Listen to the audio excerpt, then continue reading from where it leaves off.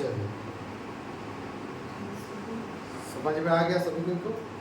आज विशेष रूप से हम लोग का योगदान रहेगा किसको, सहायक संधि की विशेषताओं पर हम लोग चर्चा कर रहे हैं। ठीक है,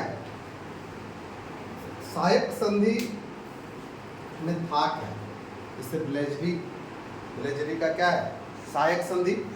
और इस सहायक संधि की प्रमुख जो विशेषताएं हैं उन विशेषताओं का हम लोग आज अध्ययन करेंगे। ठीक है ना, तो खासकर पीजीटी एग्जामिनेशन चाहे टीजीटी हो, ठीक है, इसमें यानी कि विशेष फोकस करता है। आखिर में ये सहायक जो संधि थी, ठीक है, इस सहायक संधि में क्या शर्त रही, उसकी विशेषताएं क्या थी, ठीक है, विशेष रूप से हम लोग इस पर चर्चा हम लोग करेंगे। ठीक है ना, तो सहायक संधि की विशेषताओं में आप लोग देख रहे हैं, जैसे संधि करने वाला, जैसे पहले क्या होता है, दो संधि एक जन से तो होता नहीं है, दो जन मिलकर ही संधि होता है। ठीक है, तो इसमें आपका, तो इसमें एक कौन हो गया, हम लोग का देशी राज्यों के साथ, ठीक है, और एक क्या है, देशी राज्यों में क्या करेगा, इस मतलब ब्रिटिश और देशी राज्यों के बीच। ठीक है, तो ये लोग क्या करता है, देशी राज्यों में क्या करेगा, एक ब्रिटिश रेजिडेंट रखेगा। ठीक है, तो सहायक संधि में प्रमुख शर्त यही हो गया कि जो क्या है, ब्रिटिश देशी राज्यों में क्या रखेगी, ये ब्रिटिश रेजिडेंट रखेगी। ठीक है, दूसरा क्या है, जिस राज्य में क्या होगा, यानी कि संबंधित राज्य, मतलब जिस राज्य के साथ क्या हो रहा है, यानी कि सहायक संधि की जा रही है। ठीक है ना, तो उसमें यानी कि क्या है, संबंधित राज्य क्या करेगा, आक्रमण से सुरक्षा, उसका जो पर आक्रमण यदि होता है तो उसको यानी कि सुरक्षा कौन देगी, ब्रिटिश करेगी। ठीक है, ये हो गया। तीसरा यहाँ से पॉइंट है, और उसके कंपनी उसके लिए क्या करेगी, जो कंपनी है उस राज्य में एक सेना का गठन करेगी। ठीक है, तो सबसे पहले वहां पर एक सेना का गठन करेगी, तब नहीं हो सकता है, तो सेना का गठन करेगी, और जिसका खर्च लेकिन किसको उठाना पड़ेगा, उसी राज्य को उठाना पड़ेगा। ठीक है, तो राज्य ही क्या करेगी, यानी कि उसका सारा खर्चा उठाएगी। ठीक है, और संबंधित जो राज्य है उसका जो विदेश नीति है अंग्रेजों के नियंत्रण में रहेगी।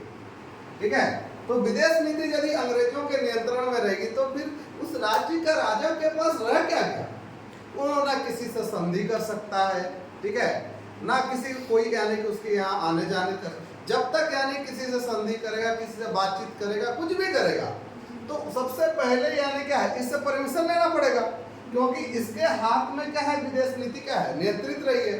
अगर यदि उसके हाथ में विदेश नीति अगर नियंत्रित रहेगी तो ऑटोमेटिक यानी क्या है, वही यानी कि सारा नियंत्रण अपने हाथ में रखा था तो सब कुछ वही ना करेगा। ठीक है, इसके अलावा संबंधित राज्य क्या करेगा, अंग्रेजों की अनुमति के बिना किसी यूरोपीय अथवा अंग्रेजों के शत्रु राज्य के व्यक्ति को अपना सेवा में नहीं रखेगा।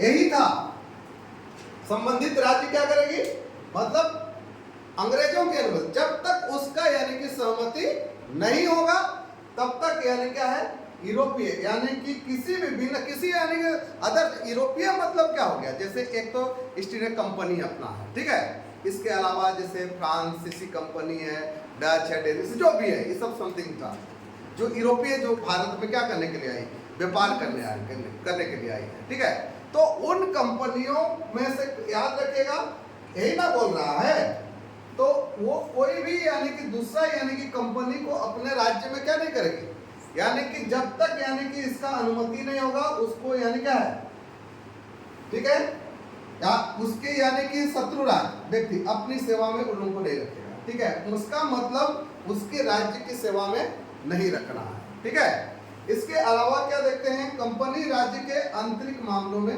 कोई हस्तक्षेप नहीं करेगी। ये तो बोल दिया, क्या बोल दिया, आंतरिक मामलों में हस्तक्षेप नहीं करेगी।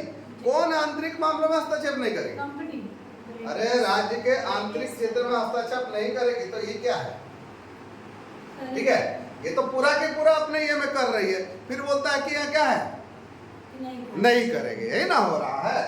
तो उसी समय यानी क्या है, जो सहायक संधि जो था यही मेन उसकी विशेषता रही।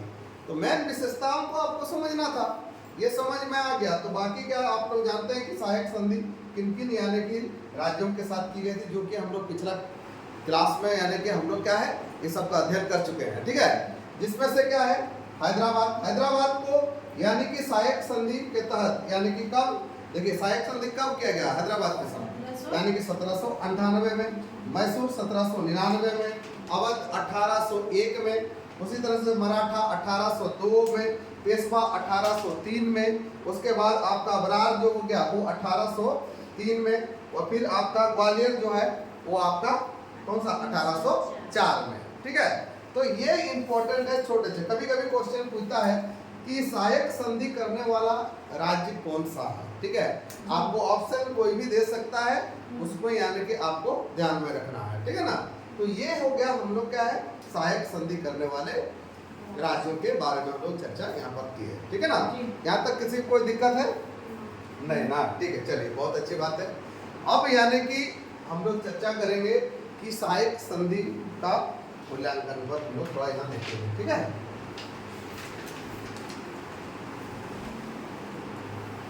तो दिखा देते हैं।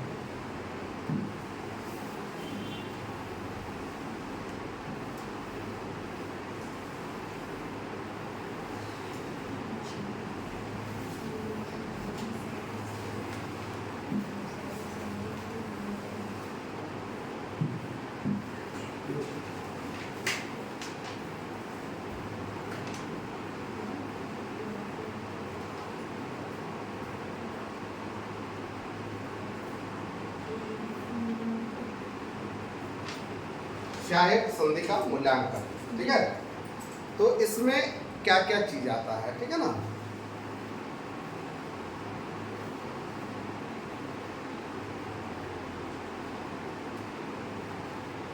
कंपनी को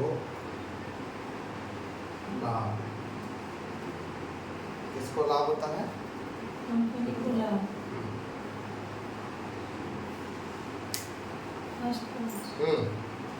और देशी राज्यों की निशस्त्र, देखिए यहाँ पर क्या होगा पहला